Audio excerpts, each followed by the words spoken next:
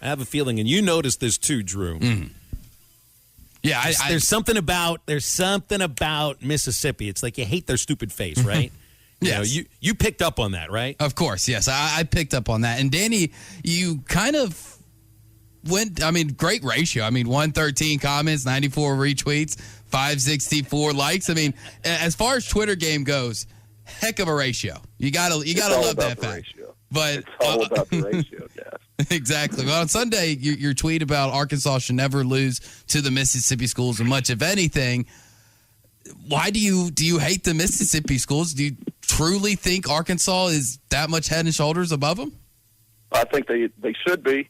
From a recruiting standpoint, I think Arkansas, and this is what I tried to explain to some of their subscribers, they're not too happy with me, But I totally understand that. But my point is, it was more of a dig at Arkansas's lack of success against Mississippi schools and Missouri, because I would throw Missouri in there as well. But you've lost 3 of the last 4 in football to Ole Miss. Or Mississippi. You've lost 7 of the last 9 to Mississippi State. You've lost 5 in a row to Missouri. That's got to change in order for Arkansas. Now, granted, things are getting a lot better under Sam Pittman, and I would lean toward guessing that's probably going to change. We've only seen a small sample size so far, but yeah, I do. I actually do think Arkansas should. Maybe it's an exaggerated number to say ever, right? They've got good players too. They're going to win some games, right? But in general, yeah, I do think Arkansas should recruit well enough, better than the 2 Mississippi schools and Missouri, and potentially even flip those numbers and make it kind of a dominating series to Arkansas's advantage. And we just haven't seen that over the last, decade. Danny, what do you think the effect of all the junior colleges in Mississippi have on those 2 programs? It's got to be huge. I don't think there are any junior college football programs in Arkansas. They've got an entire league there in Mississippi for a state that really doesn't have any business having 2 schools in such a super league like this.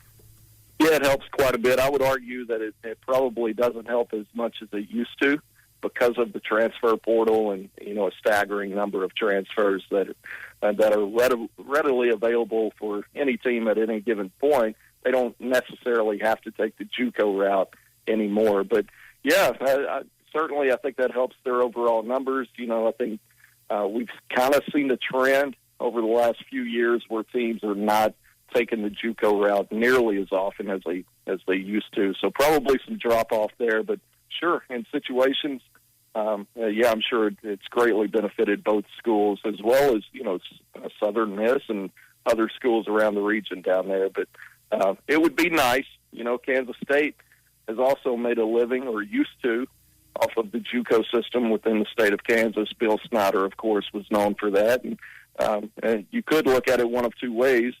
Mississippi and Mississippi State probably could have had a little more success than they have overall over the last couple of decades had they won some more of those recruiting battles for the top JUCO guys coming out of their state. Sounds like, though, there's still, I don't know if maybe the word is risk, like more risk with junior college players than from maybe the transfer portal. And I heard Sam Pittman talking about this last week. You kind of trust what you see statistically and on tape from guys like, Trey Williams and Markel Utze, because they're from the SEC, and then maybe take a little bit more of a flyer on a guy like John Ridgway, but junior college, like that's a special different kind of a risk, I guess. It just seems like you're never quite sure what to trust statistically or maybe even on tape out of JUCO. Does that sound right? Sure. Yeah, it makes total sense. It is a risk. Not so much for the player. You still get plenty of film of the guy, but as a person, JUCO is a tough way to go. Now, I'm not saying it's impossible. Some of the best people that I've dealt with, when I think about Kiero Small, Martrell Spate, both JUCO guys, the list goes on and on. Those guys handled it and approached it the right way. They took care of business. Sebastian Tretola, same deal. They were there to work and get out of there. But a lot of those guys, they get stuck in that, woe is me type thing. And it seems to me a lot of them seem to carry that with them, too much of a chip on the shoulder in some instances. So you never really know what kind of guy you're going to get with the JUCO route, and what kind of student are they? So many of those guys, there's kind of a misconception. There's a lot of smart guys in JUCO too. Maybe they just weren't heavily recruited and they were forced to take that route to potentially work their way into better opportunities that they didn't have coming out of high school. But you also do get a lot that they tend to struggle or don't apply themselves, whatever the case may be, and that can also follow them to the next stop. And of course, that's always trouble. So it is a risk. Arkansas has some JUCO guys on their team right now that they rolled the dice on, and so far they really haven't panned out at all. And throughout, my time of really following and covering Arkansas recruiting, I would argue that they've probably missed on far more than they actually hit on in the grand scheme of things. So it's definitely a risk. And I'm sure that ratio is probably the same for most schools. And when you have that many JUCO players, year in and year out, it's probably going to be more failures than success stories. But for guys coming to the Hill this weekend, I saw that you retweeted Trey Wilson will be here for homecoming festivities against Auburn. What can you tell me about him and about any other recruits that will join him on this visit? Sure. Yeah, 2023 defensive lineman Trey Wilson is out of Lakeview Centennial High School down in Garland, Texas. It's actually a really heavily recruited, highly rated 3-star, if you want to look at it that way. Arizona State, Baylor, Colorado, Arkansas, of course, has offered. But he's also got, bigger named offers, Michigan, Ohio State. Sorry, not Ohio State, Oklahoma State. Minnesota, I think, has offered Trey. He actually attended the Arkansas A&M game in Dallas a few weeks ago, Arlington, so probably a good thing to get him on campus, as well as Adrian Posse. He's a 2024 4-star quarterback out of Opelika, Florida. He's got Georgia, Florida, Ohio State, LSU, A&M. Big-time kid now. He goes about 6'4", 205 quarterback. So Adrian Posse is probably one of the biggest headliners. Then, of course, Nathan Mitchell, 2023 defensive back. So he's a junior right now for those who don't keep up with all the classes. 2023 DB out of Temple, Texas. He can play corner or safety. I happen to think Arkansas probably likes him at a corner spot. I know Sam Carter actually saw this young man at a camp this past summer, and over the span of 2 days, Nathan had, I want to say, 6 or 7 interceptions at this camp. So a really impressive guy. He's been up here twice already. He was also at that Arlington game a couple of weeks ago. So keep an eye on this one. Nathan Mitchell. Wouldn't shock me, guys, if potentially they get some good news relatively soon out of him. And I'm sure everybody likes the sound of that, and hopefully it comes to fruition. And with next week being the lone Little Rock game, did they use Little Rock and War Memorial Stadium in any capacity for recruiting, even just some unofficial visit tickets for, some local guys, or is that just kind of a throwaway weekend when it comes to recruiting?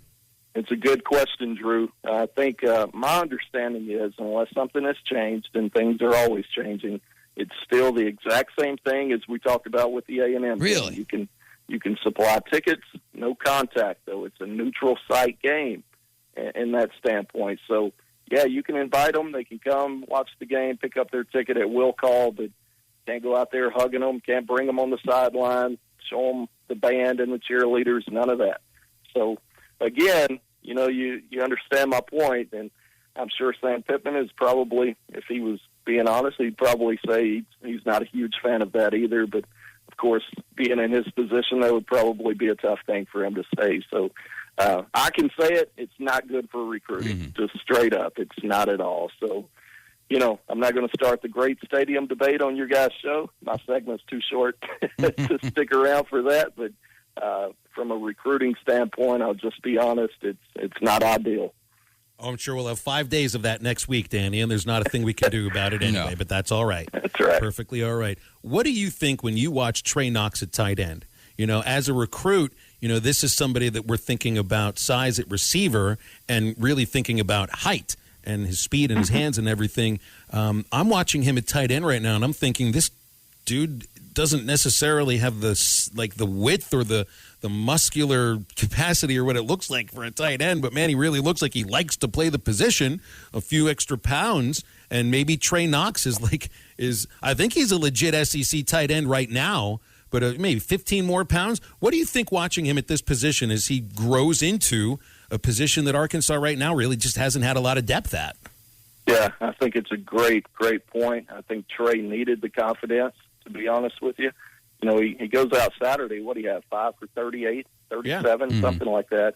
And up until that point, guys, he's just kind of been, you know, we've gone through half the year and everybody's saying, hey, what about Trey Knox? Where's he at? What's he doing? You know, and the tight end spot is, you know, I'm not going to hammer Kern and Henry and all those guys, but it just hasn't panned out. Everybody can see that Arkansas needed another threat there, and I think this is a guy who's been hungry to get on the field for quite a while now and kept a positive attitude. And that's the only thing he's lacking right now is size and strength. And, you know, they can get him bigger and faster and all those things in the off season, but just kind of got to roll with him at this point. And to be honest with you, I think he's probably on his way to finishing as their top receiving tight end. And if I had to guess at the midway point, I think he probably finishes the last 6 games and becomes their leader there.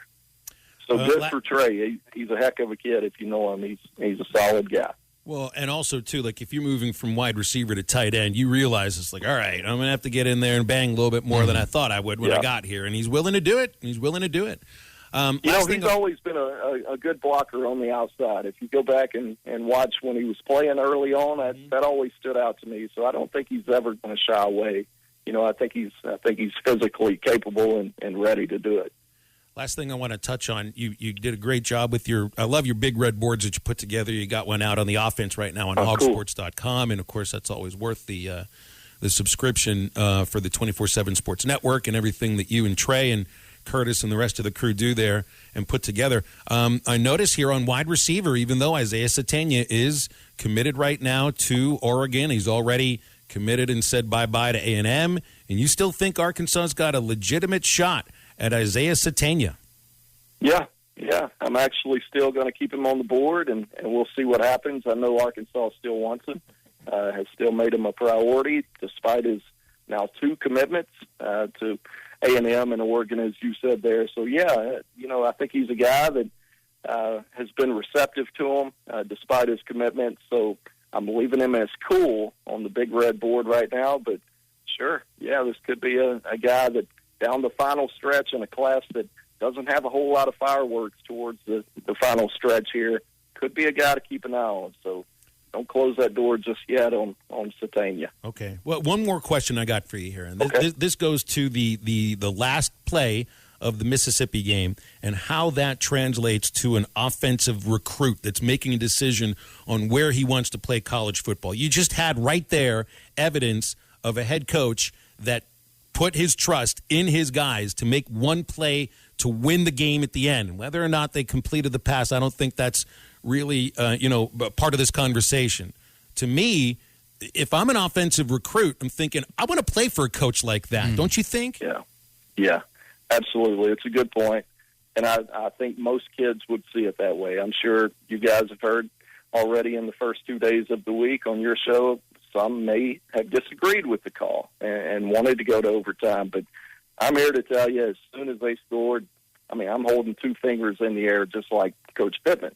You know, I think everybody wants to go for 2 in that situation. If you're a true competitor, I think you're ready to go try to win the game. So, I would hope most of them saw it the same way, and there's probably something to that. I'm sure it was another feather in the cap for Coach Pittman. The more I do this show and the more that we talk with you, I have the sense it's like that famous line from Glengarry Glen Ross, always be closing. Football coaches, ABR, always be recruiting. Everything is recruiting. That's right. Everything. Dan, That's right. We appreciate you, man. Thanks for hopping on with us, as always. Thanks, Danny. See y'all next week. You got it. We're back and better than ever. All eyes are on the gridiron as teams are back for another football season. As always, BetOnline is your number one spot for all the pro and college football action this season. With the new updated site and interface, even more odds, props, and contests, BetOnline continues to be the number one source for everything football. Head to your website or use your mobile device to sign up today and receive your 50% welcome bonus on your first deposit. Don't forget to use our promo code BELIEVE to receive your bonus. That's BLEAV. From football, basketball, boxing, right to your favorite Vegas casino games. Don't wait to take advantage of these amazing offers for the 2021 season. BetOnline is the fastest and easiest way to bet on all your favorite sports. BetOnline, where the game starts.